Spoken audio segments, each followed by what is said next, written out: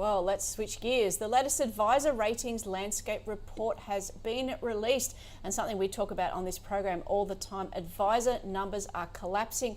Is there further to go? Joins us here in the studio from Advisor Ratings. Now, they as in the regulators, have they made it too hard to be a financial advisor now? Yeah, maybe. Have been a financial planner myself. I left the industry about 2 years ago. Not because of the regulation, but we have seen the regulation stepping up since the Royal Hain Commission. And unfortunately, since the Royal Hain Commission, we've seen about 10,000 advisors already leaving the industry. And there's multiple reasons for it, mainly the education requirements, but also the FASIA exam, which was a big hurdle for a lot of advisors, yeah. The FASIA exam has got a lot of attention. For what it's delivered, the outcomes, is it actually delivering better or worse outcomes when it comes to getting financial advice? When it comes to financial advice, probably not.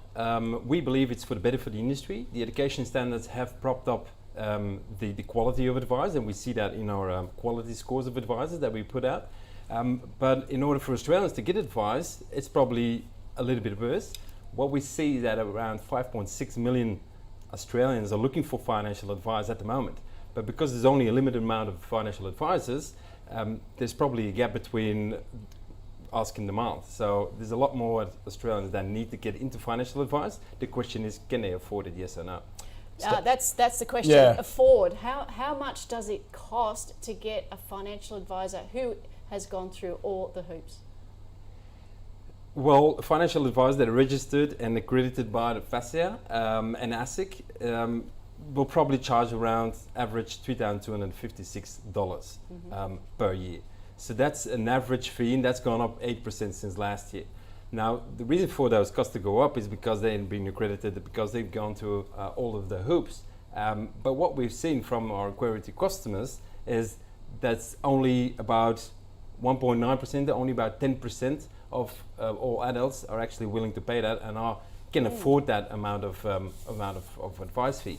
Whereas the average fee that most Australians want to pay is not higher than $500. So there's a huge gap between the $3,256 and the $500 that most Australians are willing to pay.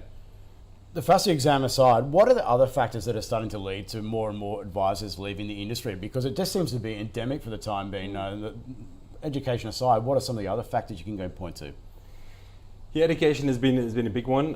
There's a lot of compliance, so we do see the quality of advice review in the end of the year, and we hope that there's going to be some changes in that regulation, whereas it will be easier to provide advice without any reforms on the qualification part, but mainly the processes, the standards, the technology. So coming to technology, I do believe there is still a way to go for advisors to adapt that technology. But basically, they'll need to focus on their own practice, on their efficiency, and making sure that their processes are lean for them then to provide advice on a cheaper rate. And then thirdly, there's been so much negative, not marketing, but news over advisors over the last 5 years since the Royal Hain Commission that it's just not a nice profession to be in. It seems. We believe it's very valuable, and it is valuable for Australians who get financial advice, but for every 6 advisors leaving the industry, there's only 1 joining the industry, which means that basically students don't even go to uni to become a financial planner anymore, and that's worrying.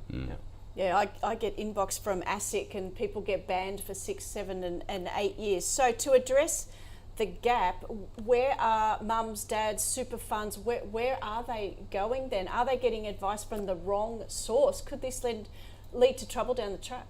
Yeah, exactly, and that's what we've been seeing. I mean, apart from the typical over the barbecue chat on what stock to buy, you see a lot of moms and dads, but mainly the younger customers, younger Australians, looking for social media for their advice. So there's about 1 in 20 Australians that actually look for social media for financial advice, so-called finfluencers, and we do believe that's also a worrying sign, because these are often unlicensed, unregistered, and it's almost half of the population of Australians that are getting advice from a proper financial planner. But there is definitely a trend of social media being used by financial advisors in a good way.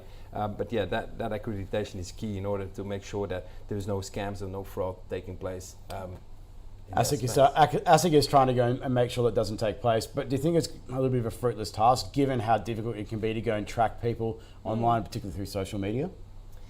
It is, and I don't know the solution to that because it's a regulated space, but the social media is rather unregulated. To crack down on all of influencers who are at Instagram, TikTok, and so forth, it's really hard.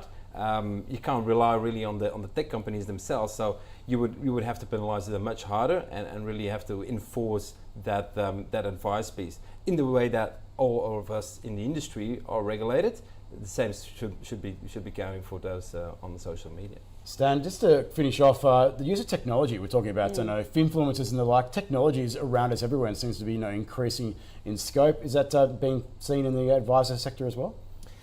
Yeah, I mean, advisors, like I mentioned, are slowly getting away from the regulation and all the compliance and are getting into that technology adoption, both in terms of software they use, but also the efficiency of their practice and their licenses, using social media and other technology to have the message out.